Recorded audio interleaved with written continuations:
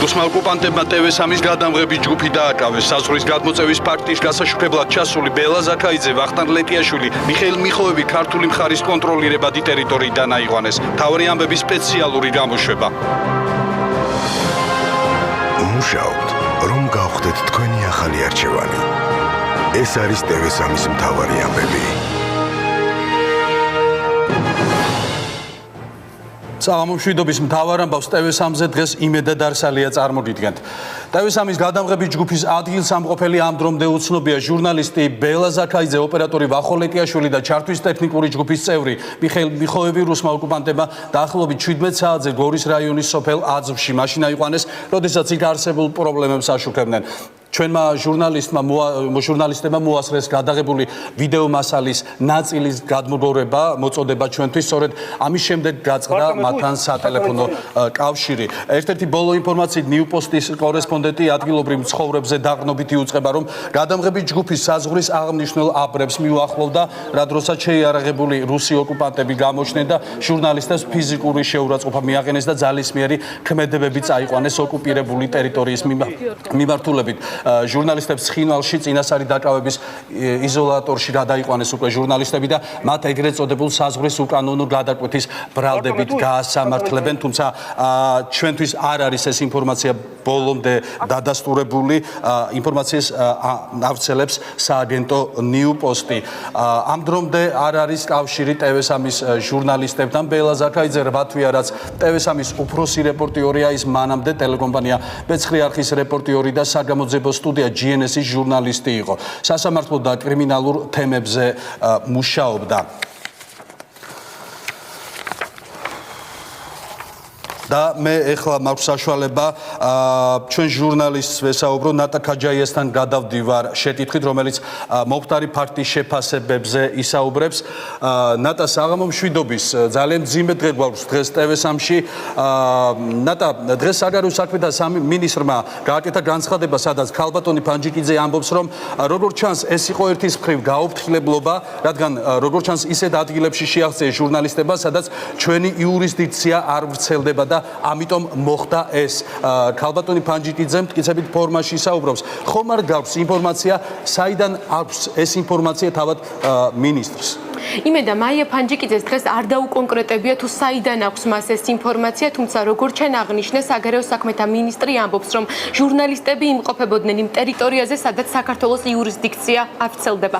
მაგრამ ამ ეტაპზე ქართული მხარის მთავარ ამოცანად რჩება დაადგინოს, სად იმყოფებიან ამ დროისთვის TV3-ის ჟურნალისტები. ამისთვის ქართულმა მხარემ დახმარების თხოვნით მიმართა ევროკავშირის სადამკვირვებლო მისიას, რომელსაც დღეს აქვს ბერკეტი იმისთვის, რომ გაარკვიოს ადგილზე ვითარება და კიდევ ერთი საინტერესო ფაქტი, დღეს ცნობილი გახდა, რომ გრიგორი კარასინთან შეხვედრაზე პრაღაში, რომელიც ხვალ გაიმართება, ზურაბ ბაბაშიძე სწორედ ბელა ზაქაიძეს, ვახო ლეტიაშვილისა და მიხეილ მიხოევის გატაცების ფაქტს დაასახელებს. ჩვენ პირველ რიგში ეს ინფორმაცია მივაწოდეთ ევროკავშირის სადამკვირვებლო მისიას, რომელსაც უკეთესი მექანიზმები აქვს იმისათვის, რომ გაიგოს თუ რა ხდება. გარდა ამისა, შინაგან საქმეთა სამინისტროში მოქმედებს ცხელი ხაზი. ჩვენ ვართ მუდმივ კონტაქტზე როგორც ერთთან, ისევე მეორესთან. სამწუხაროდ ამ ეტაპზე ჩვენ არ ვიცით, სად წაიყვანეს ჩვენი ჟურნალისტები, სად არიან ისინი გადაყვანილები, რადგანაც მათთან კონტაქტი ჯერჯერობით არ დამყარებულა. ძალიან სამწუხაროა ის, რაც მოხდა და მინდა ვისარგებლო შემთხვევით და ყველას მოუწოდო, ვინც აპირებს, რომ გაემგზავროს საოკუპაციო ხაზთან მიმდებარე სოფლებში, რომ ყოველთვის ასეთი გეგმები შეატყობინოს საგარეო საქმეთა სამინისტროს ან შინაგან საქმეთა სამინისტროს, იმისათვის, რომ ჩვენ თვითონ არ გამოვიწვიოთ რაიმე სახის პროვოკაცია. ჩვენ ყოველთვის იმაზე ვსაუბრობთ, რომ ჩვენ არ გვინდა პროვოკაციები და არ გვინდა რომ ამ პროვოკაციებს წამოვეგოთ, მაგრამ ჩვენც არ უნდა გამოვიწვიოთ ასეთი როგორც ჩანს, ეს იყო ერთის მხრივ გაუფრთხილებლობა, რადგანაც მათ როგორც ჩანს ისეთ ადგილებში შეაღწიეს, სადაც ჩვენი იურისდიქცია არ ვრცელდება და ამიტომაც მოხდა ეს. მომავალში მინდა ყველას ვთხოვოთ, ჯერ იმედი გამოვთქვა, რომ ეს შემთხვევა დასრულდება მშვიდობიანად და ჩვენ მალე დავიბრუნებთ ჩვენს ჟურნალისტებს, მაგრამ სხვა შემთხვევებში მინდა გავაფრთხილო ყველა, ვინც აპირებს, რომ იქით გაემგზავროს, რომ არ გააკეთოს ეს გაუფრთხილებლად და ყოველთვის შეატყობინოს ან საგარეო საქმეთა სამინისტროს, ან შინაგან საქმეთა სამინისტროს. ეს იქნება განხილული მიღებული ბატონი ზურაბ ბაბაშიძე ჯერ არ ჩასულა პრაღაში, იგი 2 საათში იქნება პრაღაში. ჩვენ საელჩოსთან გვაქვს კონტაქტი, როგორც კი ჩავა ბატონი ზურაბი, ჩვენ მას დაველაპარაკებით, ამ ინფორმაციას მივაწოდებთ და ის პირველ რიგში თავის შეხვედრას ბატონ კარასინთან სწორედ ამ თემით დაიწყებს.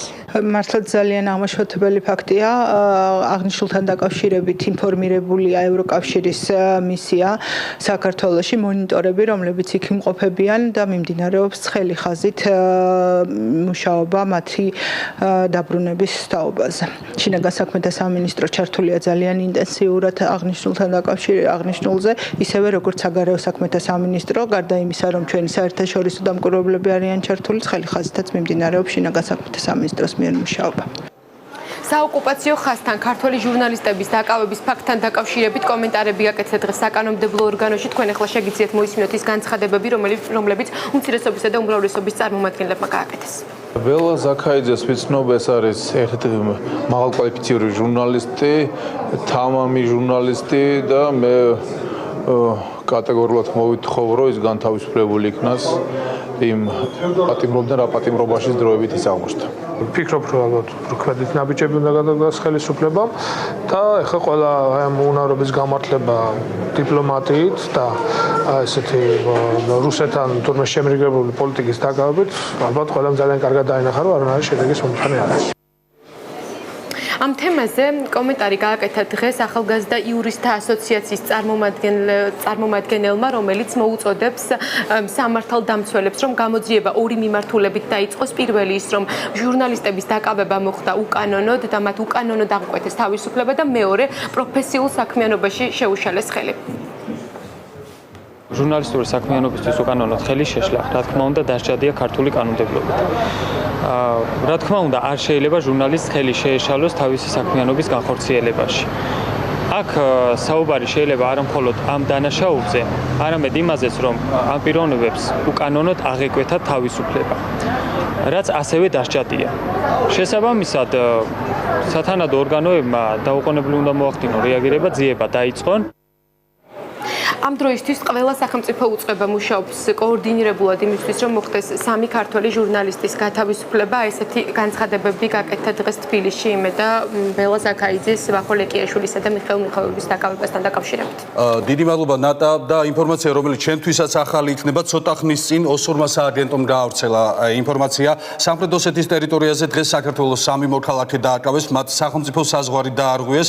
ამის შესახებ საინფორმაციო სააგენტო რესიმ მურაჯიოევ შეატყობინა, რომელიც სამხრეთ წარმომადგენელია პოსტკონფლიქტური საკითხების დარეგულირებაში. ჯიოევმა აღნიშნა, რომ დაკავებულებმა სახელმწიფო საზღვარი სოფელი აძვის მიმდებარედ დაარღვიეს. ჯიოევას წინასწარ ინფორმაციით დაკავებული ჟურნალისტები არიან და საზღვრის დარღვევის გარემოებებზე გამოძიება მიმდინარეობს. და ჩვენ ახლა საშუალება გვაქვს პირდაპირ სატელეფონო ჩართვა გავაკეთოთ ნათია თოიძეს ვრთავთ, TV3-ის რეპორტიორ ნათია თოიძეს, რომელიც შემთხვევის ადგილიდან ჩაგვერთვება ტელეფონით. ნათია, გესმის ჩემი? მესმის, ეხლა მე ეთერში მესმოდა ის ინფორმაცია, რომელიც ეგრეთ წოდებული სამხრეთ ოსეთის წარმომადგენლობამ გაავრცელა, აქაური ადგილობრივი მოსახლეობა კი საპირისპიროს აცხადებს. ბელა ზაქაიძე, ვახოლ ეკიაშვილი და მიხეილ მიხეილოვი არ მიახლოებიან იმ აბრას, სადაც ამკრდალავი ნიშანია, სადაც ოსური მხარე მიუთითებს, რომ ეს არის უკვე ეგრეთ წოდებული სამხრეთ ოსეთის სახელმწიფო საზღვარი. ისინი უბრალოდ ცდილობდნენ დაეფიქსირებინათ მოსახლეობის პრობლემები. ისინი აცხადებენ, რომ უკვე რამდენიმე თვეა ვეღარ ახერხებენ სოფლის კუთვნილ წმინდა გიორგის სახელობის ეკლესიაში შესვლას, იმიტომ რომ ზუსტად 4 თვის წინ აქ გაჩნდა ეს აბრა, სადაც ამკრდალავი ნიშანი დაიდგა და მოსახლეობა გააფრთხილეს, რომ იმის იქით მათი ტერიტორია აღარ არის. ეხლა რამდენიმე წუთის წინ სოფელში იმყოფებოდნენ კავშირის წარმომადგენლები, მათ მოახერხეს მოსახლეობასთან გასაუბრება და ჩვენი ინფორმაციით ევროკავშირის წარმომადგენლობა და შინაგან საქმეთა სამინისტრო ჩართულები არიან მოლაპარაკების პროცესში ოსურ მხარესთან. დაბრუნების თაობაზე მიმდინარეობს ეს მოლაპარაკებები ჩვენი 3 თანამშრომლის. აქ საუბრობენ ადგილობრივები იმაზეც, რომ ტერიტორიაზე, სადაც ჟურნალისტები აიყვანეს, არის ქართული მხარის მიერ კონტროლირებადი, თუმცა რუსი ჯარისკაცები თითქმის ყოველდღიურად გადმოდიან აქ და ფეხით პატრულირებენ, მათ ფეხით წაიყვანეს მანქანამდე ჩვენი ჟურნალისტები და სწორედ ამის შემდეგ სოფელ აზთან მდებარე რუსულ სამხედრო ბაზაზე გადაიყვანეს. ისინი საიდანაც მოხდა სავარაუდოდ მათი ცხინვალში გადაყვანა. ნათია, ერთი შეკითხვა მექნება და ოდნავ მოგვიანებით ისევ დაგიბრუნდები. თქვენ როგორ ხართ თუ არა მშვიდად, გაქვთ თუ არა საშუალება მუშაობის? ჩვენა გვაქვს მუშაობის საშუალება, ჩვენთან ერთად არის შინაგან საქმეთა სამინისტროს წარმომადგენლობა, შინაგან საქმეთა სამინისტროს თანამშრომლები ახლა ამ წუთებში იზრუნავენ ჩვენს საფრთხეებაზე და როგორც უკვე გითხარით, ამის გარდა სოფელში პატრულირებს ევროკავშირის წარმომადგენლობა. მე მაყურებელს შევახსენებთ, რომ ამ წუთებში ნათია თოიძესთან ერთად მუშაობს სოფო თეთრაძე, TV3-ის კიდევ ერთი ჯგუფი და ცოტა ხანში ნანა ლეჟავა ჩაგვერთვება შემთხვევის ადგილიდან, სადაც დღეს დაახლოებით 5 საათისთვის TV3-ის გადამღები ჯგუფის წევრები დააკავეს. ახლა კი თემა, რომლის გამოც დღეს TV3-ის ჟურნალისტები დააკავეს. კადრები, რომელსაც თქვენ ახლა ნახავთ, ჩვენმა ჟურნალისტებმა დაკავებამდე რამდენიმე წუთით ადრე მოგვაწოდეს, თუმცა კადრების უდიდესი ნაწილი მათ თან აქვთ. გიორგი მანჯავიძემ გადახედა დეტალურად კადრებს, შეგვიძლია ვნახოთ, რა სიტუაცია დაგვხვდა TV3-ის გადამღები ჯგუფს დაკავებამდე. სკოლა, წყალი, სასოფლო სამეურნეო მიწები და გაზის მრიცხველები. რუსმა სამხედროებმა გორის რაიონის სოფელ ათში საოკუპაციო ზოლის გადმოცევის პროცესი განაახლეს. ცხინვალის რაიონის მახლობლად მდებარე კონფლიქტის ზონის ქართულ სოფელში ეგრეთ წოდებული საზღვრის აღმნიშვნელი ტრაფარეტები უკვე დაამონტაჟეს. და რაც ეს ტრაფარეტიც იყო, ესე რამოდენჯერჯერ წამოსებით წაიყვანეს. და იმის მერე ვერი დედებით იქასურეს. სოფელი ეკლესიის გარეშეს დარჩა. გამაფრთხილებელი ბანერი ოკუპანტებმა უკვე დაამონტაჟეს წმინდა გიორგის სახელობის ეკლესიასთან მისასვლელ გზაზეც. და ასოს კიდევ ერთი ცალი ეგ რომ აქაც ჩვენია ურავით. ამის მერე ყველა ერიდება, ეხლა გიორგო ბამონდის აგერ ხალხასვლა უნდა შესაწირი ყავს. მოსალოცი აქვს და ვერადიან რა ფიზიკურად. საოკუპაციო ზოლს მიღმა ადგილობრივი მოსახლეობის სასოფლო სამეურნეო მიწების დიდი ნაწილი მოექცა. მიწების ნაწილი კი, რომლებიც ქართულ მხარეს დარჩა, დაუმუშავებელია. მოსახლეობას ეშინია, რომ მათი დამუშავების შემთხვევაში ოკუპანტები დააკავებენ. ჩვენი თანასოფლელების მიწა ხასიკით დარჩა. ხასაკეთაც ახლა გვეშინია გადასვლა. კონფლიქტის ზონის სოფლებში მართულხარდების გავლების პროცესი აქტიურად 2009 წლიდან მიმდინარეობს. შედეგად საქართველოს ცენტრალური ხელისუფლების მიერ კონტროლირებადი 12 სოფელი უკვე დაზარალდა. პროცესი დროებით შეჩერებული იყო, თუმცა გაზაფხულის დადგომასთან ერთად ოკუპანტებმა ეგრეთ წოდებული საზღვრის გავლების პროცესი რამდენიმე დღის წინ კვლავ განაახლეს. ცოტა ხნის წინ ჟურნალისტური ეთიკის ქარტიის აღმასრულებელმა ქარტიამ გაავრცელა უკაცრავად განცხადება.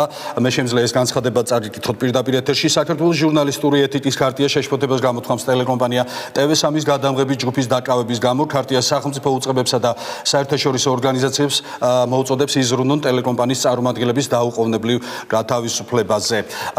ჩვენი სტუმრები დღეს სწორედ ჟურნალისტური ეთიკის ქარტიის აღმასრულებელი დირექტორი თამარ და სამხედრო ჟურნალისტი გიორგი სხვითავა არიან. პირველ რიგში შეკითხვით მინდა გადავიდე თამართან. თამარ, როგორ ფიქრობ, რა შეიძლება ამ მომენტში, ამ სიტუაციაში გააკეთოს ხელისუფლებამ? მოგესალმებით, მე და მესალმები მაყურებელს. პირველ რიგში, რა თქმა უნდა, როგორც ყველა ჩვენს ბუნებრივია ძალიან შეშფოთებული ვართ ამ ფაქტით და მართლა იმედს გამოთქვამთ, რომ უახლოეს პერიოდში მოგვარდება ეს ინციდენტი. რა თქმა უნდა, ჟურნალისტური ეთიკის ქარტიამაც მიმართა სახელმწიფო უწყებებს, რომ მართლა ყველაფერი გააკეთონ იმისთვის, რომ რაც შეიძლება მალე გათავისუფლდნენ ჟურნალისტები, ასევე საერთაშორისო ორგანიზაციებს. ეხლა როდესაც მოვდიოდით, ბუნებრივია ჩვენც ვადევნებდით თვალს ახალ ამბებს და ვიცით, რომ ჩართულია ევროკავშირის სადამკვირვებლო მისია, ჩართული არიან სახელმწიფო უწყებები. ჩვენ ასევე ვთხოვთ ჩვენს კოლეგებს ცხინვალში და კონფლიქტის ზონაში, დაინტერესდნენ ამ ვითარებით და სწორედ ჩვენმა კოლეგებმაც მოიძიეს ინფორმაცია, რომლის მიხედვითაც შევიტყვეთ, რომ ოსურმა მხარემაც დაადასტურა ჟურნალისტების დაკავების ფაქტი. ვფიქრობ, ბუნებრივია სახელმწიფო უწყებებმა ყველაფერი უნდა გააკეთონ, უნდა იზრუნონ მოლაპარაკებით და ამ რესურსის სრული ჩართვით, რომ მართლაც დროულად ძალიან მალე მოხერხდეს ჟურნალისტების გათავისუფლება. თამარ, დიდი მადლობა. დღეს თქვენმა ორგანიზაციამ გააკეთა განცხადება, ოფიციალური განცხადება. თუმცა არ მინდა კითხო, რაიმე აქტივობას ხომ არ გეგმავთ TV3-ის ჟურნალისტების გატაცებასთან დაკავშირებით? რა თქმა უნდა, ისევე ჩვენ მეც პირადად და ისევე როგორც ჩვენი წევრები სოლიდარობას უცხადებთ, რა თქმა უნდა, დაკავებულ ჟურნალისტებს, ვფიქრობთ, რომ ასეთი ფაქტები ნამდვილად არ უნდა ხდებოდეს და პირველ რიგში ვფიქრობ, რომ ჩვენ ყველა ერთად უნდა დავალოდოთ იმ შედეგებს, რასაც ამ წუთში სწორედ ველოდებით, იმიტომ რომ ძალიან დიდი იმედი მაქვს, რომ ეგრე არ გართულდება საქმე, რომ ამას კიდევ რაღაც სხვა აქტივობები დაჭერდეს. თამარ, როგორც იცი, საოკუპაციო ზოლთან დაკავშირებით მუშაობდა ჩვენი გადამღები ჯგუფი. ჩვენ გვესმის, რომ ძალიან რთულია იქ მუშაობა, არის ძალიან ბევრი საფრთხე, თუმცა ჟურნალისტები ვართ, ეს არის ჩვენი პროფესია. როგორ შეიძლება იმუშაოს ნებისმიერმა ჟურნალისტმა, ვინც დააპირებს ამ პრობლემის გაშუქებას საოკუპაციო ზოლთან? შენი აზრით? რა თქმა უნდა, ჟურნალისტის მოვალეობა სწორედ ის, რომ სწორედ ასეთი პრობლემები, ასეთი საკითხები, ასეთი თემები გააშუქოს. რა თქმა უნდა, ამგვარ ტერიტორიაზე, კონფლიქტის ზონებში მუშაობას აქვს საკუთარი წესები, აქვს საკუთარი დადგენილი სტანდარტები, რომელსაც ალბათ უკვე ჩემი კოლეგა გიორგი ცხვიტავა მოგახსენებთ უფრო დეტალურად. რა თქმა უნდა, ასე დროს, რა თქმა უნდა, ძალიან დიდი სიფრთხილით, თუმცა კიდევ ერთხელ ვამბობ, რომ ეს ნამდვილად არის ჟურნალისტის მოვალეობა, რომ სწორედ ესეთი თემებით ინტერესდებოდეს. დიდი მადლობა თამარ. გიორგი ცხვიტავასთან გადავდივარ შეკითხვით. გიორგი, იგივე შეკითხვა მაქვს შენთან. როგორ შეიძლება იმუშაოს ნებისმიერმა ჟურნალისტმა, როდესაც ის ამ პრობლემას აშუქებს, რომ იყოს დაზღვეული მსგავსი საფრთხისგან? პირველ რიგში იმედია ძალიან დიდ წუხარებას გამოვთქვათ თქვენი კოლეგები, როგორც ჟურნალისტური ეთიკის ქარტია, ასევე სამხედრო ჟურნალისტთა ასოციაცია, იმასთან დაკავშირებით, რომ მოხდა TV3-ის გადამღები ჯგუფის დაკავება ეგრეთ წოდებულ ადმინისტრაციულ საზღვართან. სამწუხაროა ის გარემოება, რომ დაზღვეული უკვე არავინაა და ჩვენ ვხედავთ ვაკვირდებით მოვლენებს, თუ როგორ ვითარდება ბოლო წლების განმავლობაში, როდესაც საქართველოს მოქალაქეებს უბრალოდ იტაცებენ სხვა ამა თუ იმ ტერიტორიიდან ამ ეგრეთ წოდებული საზღვრის გასწვრივ. უშუალოდ რაც შეეხება ჟურნალისტების მოქმედებას, თავისთავად ცხადია, რომ ძალიან ბევრი კითხვის ნიშანი არის კონკრეტულად ამ შემთხვევასთან დაკავშირებით, იმყოფებოდნენ თუ არა ისინი, ასე ვთქვათ, საზღვრის მეორე მხარეს, თუ მოხდა აქეთ მხრიდან გატაცება ჟურნალისტების ჯგუფის. სწორედ აქ არის საკმაოდ ბევრი კითხვა, იქიდან გამომდინარე, რომ როგორც მოგეხსენებათ, ვითარება საკმაოდ დაძაბულია, ეს დაძაბულობა უკავშირდება ერთგვარ აქტივობებსაც იგივე უკრაინაში და თავისთავად ცხადია, რომ ამ ოლქში განლაგებული რუსეთის საოკუპაციო ჯარები განსაკუთრებულ მზადყოფნაში იმყოფებიან. გიორგი, კიდევ ერთი შეკითხვა, სამხედრო ჟურნალისტი ხარ, ამ შემთხვევაში, კონკრეტულ შემთხვევაში, რა შეიძლებოდა გაეკეთებინათ ჟურნალისტებს მეტი უსაფრთხოებისთვის? მე აქვე კიდევ ერთხელ გავიმეორებ, რომ საგარეო საქმეთა მინისტრმა გააკეთა განცხადება, ქალბატონი ფანჯიკიძე ამბობს, რომ თქვა, რომ როგორც ჩანს, ეს იყო ერთის მხრივ გაოფრთხილებლობა, თუმცა აქვე ვადასტურებ, რომ ჯერ არ ვიცით კონკრეტულად რა მოხდა გორის რაიონში საოკუპაციო ზოლთან. რადგან როგორც ჩანს ისეთ ადგილებში შეაღწია ჟურნალისტებმა, სადაც ჩვენი იურისდიქცია არ ვრცელდება და ამიტომ მოხდა ეს, მე ვციტირებ საგარეო საქმეთა მინისტრის განცხადებას. იმედა ისევ განმეორდები და ვიტყვი, რომ კითხვები საკმაოდ მრავლადაა, რომელშიც გარკვევას ევროკავშირის მისია, დიპლომატიური სამსახური, შინაგან საქმეთა სამინისტრო და ასევე სხვა კონკრეტული სპეციალური სამსახურები ერკვევიან ამ ვითარებაში. აქედან გამომდინარე, საკმაოდ რთულია ამ მომენტში სტუდიიდან საუბარი იმაზე, თუ რა მოხდა ველზე. ფაქტი ერთია, რომ გადამღები ჯგუფი არის აყვანილი და ჯერჯერობით მათ შესახებ სხვა დამატებითი ინფორმაცია არ გვაქვს. ამიტომ მსჯელობა იმის თაობაზე, თუ რა მოხდა კონკრეტულად იმ შემთხვევაში საკმაოდ რთულია. დიდი მადლობა თამარ რუხაძე ქარტეიდან და სამხედრო ჟურნალისტი გიორგი ცხვიტავა იყვნენ ჩვენი სტუდიის სტუმრები. მადლობა თქვენ. ახლა მე მატყობინებენ რომ ქეთევან ციხილაშვილს ჩავრთავთ პირდაპირ ეთერში, რომელიც პირად კონტაქტზეა ევროკავშირის სადამკვირვებლო მისიასთან შერიგებისა და სამოქალაქო თანასწორობის საკითხებში სახელმწიფო მინისტრის მოადგილე. გამარჯობა ქალბატონო ქეთევან. მოგესალმებით. ქალბატონო ქეთევან, ჩვენ არ გვაქვს რეალურად ინფორმაცია რა მომენტში და რა სიტუაციაში აიყვანეს TV3-ის გადამღები ჯგუფის წევრების 3 ადამიანზეა საუბარი. თქვენ კავშირი გაქვთ ევროკავშირის სადამკვირვებლო მისიასთან. თუ გაქვთ რაიმე დამატებითი ინფორმაცია რა მოხდა რეალურად იქ? ჩვენ ამ ინციდენტის მოხდენისთანავე მყისიერად, რა თქმა უნდა, ხაზზე ვართ ევროკავშირის სადამკვირვებლო მისიასთან, ასევე სხვა საერთაშორისო პარტნიორებთან.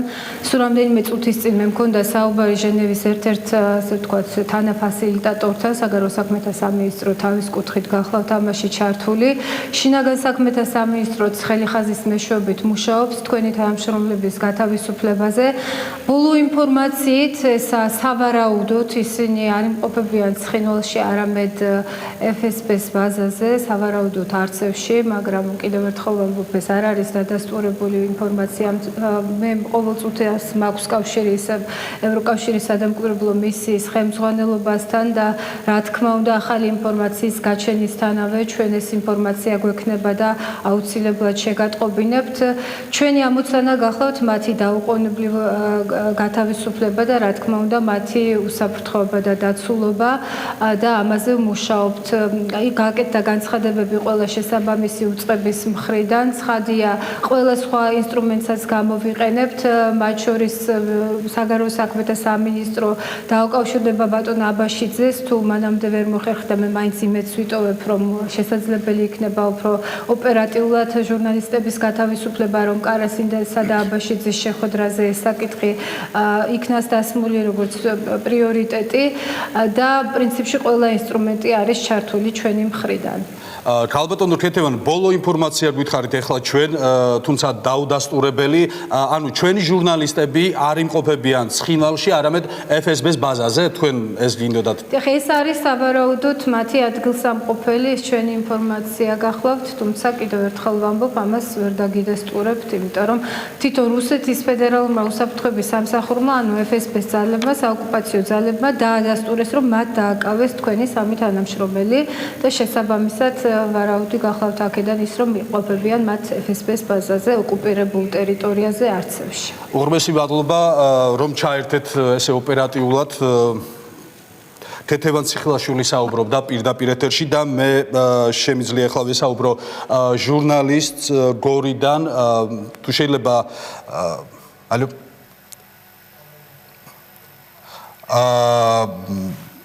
სახელი და გოგა აფციაური, დიდი მადლობა რეჟისორს. გოგა აფციაურს ვესაუბრებით ახლა სატელეფონო ჩართვით პირდაპირ ეთერში. გოგა, საღამო მშვიდობის გესმით ჩემი? გამარჯობა. გოგა, მე როგორც ვიცი, გაქვს რაღაც განსაკუთრებული, რაც შეიძლება გვითხრა ჩვენი ჟურნალისტების შესახებ. დიახ, ამ ფაქტის შემდეგ, ამ დაკავების შემდეგ დაახლოებით 2 საათის განმავლობაში ვცდილობდი ოსურ წყაროებთან დაკავშირებას და მათგან რაიმე ინფორმაციის მიღებას. ჩემდა გასაკვირად ადგილობრივი ჟურნალისტების ერთმა ნაწილმა საერთოდ არ იცოდა აი ამ შემთხვევის შესახებ და ასე მათი თქმით სამართალდამცავებით არ იყვნენ ადგილობრივი სამართალდამცავების საქმის კურსში. თუმცა ერთ-ერთმა ჟურნალისტმა უნდა გითხრათ, რომ ძალიან გულთან მიიტანა ეს შემთხვევა.